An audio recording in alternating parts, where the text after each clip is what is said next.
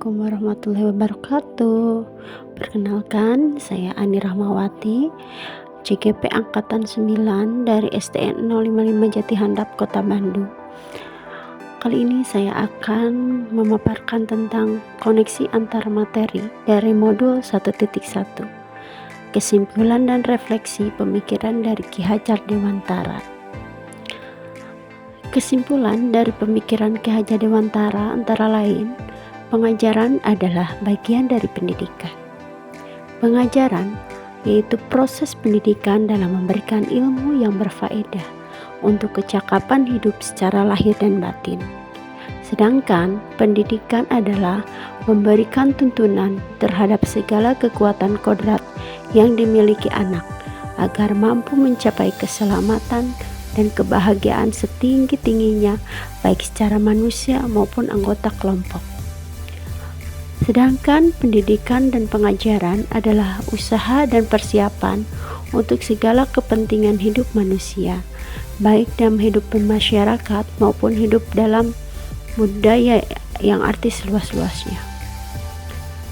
Yang harus difahami yaitu kata menuntut. Menuntun adalah pendidik itu hanya dapat menuntun tumbuh atau hidupnya kekuatan kodrat yang ada pada anak agar dapat memperbaiki lakunya hidup, tumbuhnya kekuatan kodrat anak.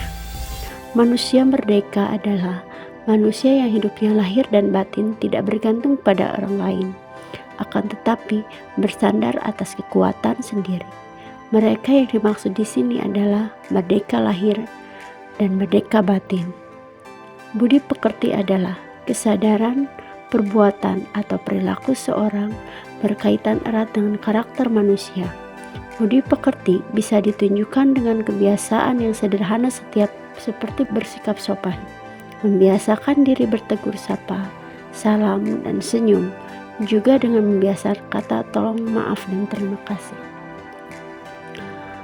Yang harus difahami, kodrat alam adalah kondisi anak sejak lahir yang dipengaruhi kultur, budaya, dan lingkungan tempat anak berada. Kodrat alam berkaitan dengan sifat dan bentuk lingkungan di mana anak berada. Kodrat zaman adalah perubahan dari waktu ke waktu. Guru harus membekali keterampilan pada siswa sesuai zamannya agar mereka bisa hidup dan berkarya. Penekanannya pada keterampilan abad 21. Kodrat zaman berkaitan dengan isi dan irama. Filosofi Ki Hajar Dewantara. Ing ngarso sung tulodo, ing madya mangun karso, tuturi handayani. Ing ngarso sung tulodo yaitu pendidikan harus senantiasa membawa kebaikan yang ditunjukkan melalui perilaku daripada insan-insan pendidikan. Guru senantiasa memberikan contoh yang baik bagi siswanya, baik dalam perilaku sehari-hari maupun dalam budi pekertinya. Imadyo mangun karso yaitu di tengah harus bisa membangkitkan semangat siswanya. Apabila mereka mulai lelah dan belajar, motivasi sangat diperlukan dalam hal ini. Tutwuri handayani, di belakang harus memberi dorongan supaya menghasilkan sumber daya manusia yang tangguh dan siap bersaing dalam kancah internasional. Pertanyaan pemantik dari koneksi antar materi ini yaitu 1. Apa yang Anda percaya tentang murid dan pembelajaran di kelas sebelum Anda mempelajari modul 1.1? Kedua, apa yang berubah dari pemikiran atau perilaku Anda setelah mempelajari modul ini? Ketiga, apa yang dapat segera Anda terapkan lebih baik agar kelas Anda mencerminkan pemikiran KHD? Kesimpulan dan refleksi.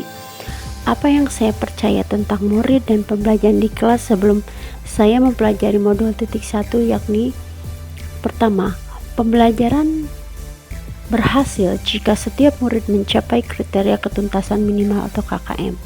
2. Setiap murid harus memperhatikan dan melaksanakan tugas dari guru.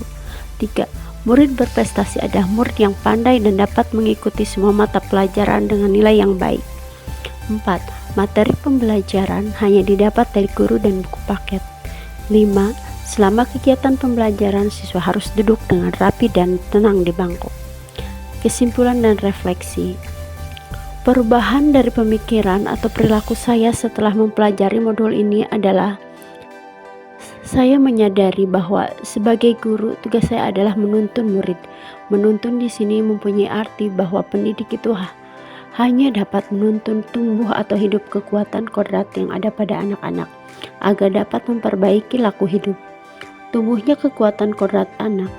Anak diberikan kebebasan, namun pendidikan sebagai pamong dalam memberi tuntunan dan arahan agar anak tidak kehilangan arah dan membahagiakan dirinya. Saya harus merubah pandangan dan pemikiran saya bahwa setiap murid memiliki kekhasan dan potensi masing-masing yang berbeda-beda, sehingga kita sebagai pendidik tidak menyamaratakan kemampuan anak. Yang kedua, setiap murid harus difasilitasi sesuai dengan potensi dan kekhasannya itu. 3. Setiap murid memiliki prestasi masing-masing sesuai potensi dan bakat yang dimiliki. 4. Guru dan buku bukan satu-satunya sumber belajar. Murid bisa mendapatkan sumber belajar dari mana saja. 5. Pembelajaran berpusat pada murid. 6.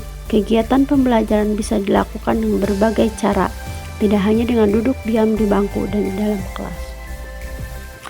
Selanjutnya, apa yang dapat segera saya terapkan lebih baik agar kelas saya mencerminkan pemikiran Ki Haji Dewantara? Di antaranya, membuat rencana pembelajaran inovatif dan interaktif dengan melibatkan peserta didik atau siswa. Memfasilitasi murid sesuai dengan kodrat alam dan kodrat zamannya.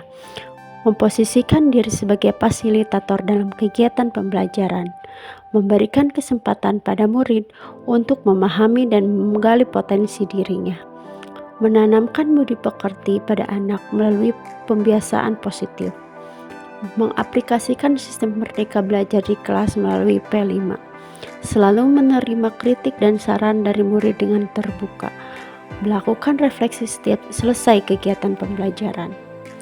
Kesimpulan dari koneksi antar materi ini menurut saya adalah pendidikan adalah proses memanusiakan manusia, menuntun murid sesuai dengan potensi dan minatnya. Pengajaran dan pendidikan yaitu usaha mempersiapkan yang harus dilakukan agar murid mendapatkan kebahagiaan hidup baik sebagai individu maupun sebagai anggota masyarakat. Terima kasih.